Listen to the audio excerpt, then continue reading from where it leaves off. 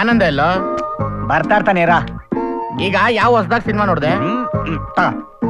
ಇದೇನೋ ಬಾಟ್ಲ್ ಕೊಡ್ತಾ ಇದ್ಯಾ? ಜಸ್ಟ್ ಮಾತಲ್ಲಿ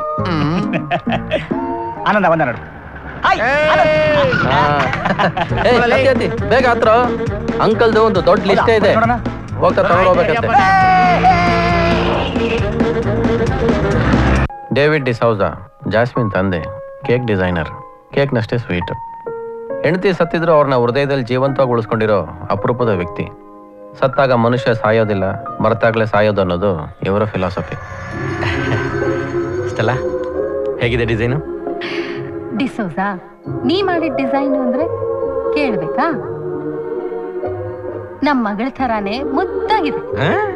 ಹಂಗೆಲ್ಲ ಹೇಳ್ಬೇಡ, ಆಮೇಲೆ ನಂಗೆ ಆಚೆ ಡೆಲಿವರಿ ಕೊಡೋದಕ್ಕೆ ಮನ್ಸೇ ಆಗೋದಿಲ್ಲ. ಎಷ್ಟು ಪ್ರೀತಿ ಮಗಳ ಕಂಡ್ರೆ, ಯಾವಾಗ ನೋಡು ಮಗಳು ಮಗಳು. ನಿನಗಿಲ್ವಾ ಮಗಳ ಮೇಲೆ ಆಸೆ? ಅವಳು ನೋಡ್ಕೊಂಡೆ ಕಣೆ ನನಗೆ ಬೊಂಬೆ ಮಾಡಿದ್ದು.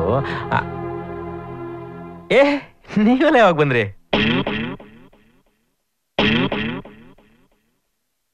ನಾವು ಬಂದು ತುಂಬಾ ಹೊತ್ತಾಗೋಯ್ತು. ನೀವು ಗಾಳಿಯಲ್ಲಿ ನ್ಯೂಸ್ ಓದ್ತಾ ಇದ್ರಲ್ಲ, ಆಗ್ಲೇ ಬಂದ್ವಿ.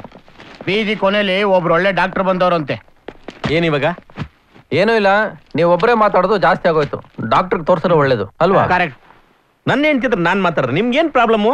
ಅವ್ರು ತೀರ್ಕೊಂಡು 10 ವರ್ಷ ಆಯ್ತು. ಅದು ನಿಮಗೆ, ನನಗಲ್ಲ.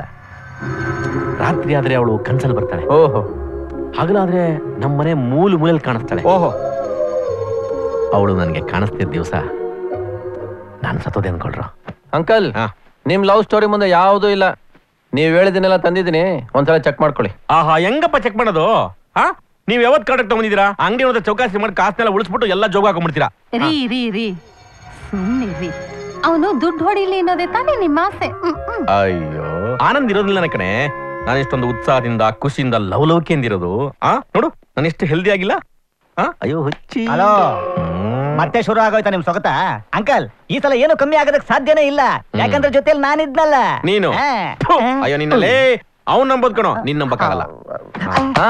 ಹೇಳಿ ಅವ್ನು ಸ್ವಲ್ಪ. ನಾನು ಅವತ್ತಿಂದ ಇವತ್ತಿನವರೆಗೂ ನೋಡ್ತಾ ಇದ್ದೀನಿ. ಇಷ್ಟಾದ್ರೂ ಬೆಳೆದಿದ್ಯಾ ನೀನು? ಹೇಳಿ. ನೀನ್ ಹೆಂಗೋ ನಂಬೋದು? ಅಲ್ಲಿ ನೋಡು ಅವ್ನ್ ದೇಹನ ಹೆಂಗೆ ತಿಂದ್ಕೊಂಡು ಅಡ್ಡ ಬೆಳೆದವ್ ನೋಡು. ಲೇ ನಿನಗೆ ಕಣ ಹೇಳ್ತಿರೋದು. ಎಲ್ಲಾ ಕೇಕ್ ನ ತಿಂದು ಬ್ಲಾಕ್ ಫಾರೆಸ್ಟ್ ತರ ಆಗ್ಬಿಟ್ಟಿದೆ ನೋಡು.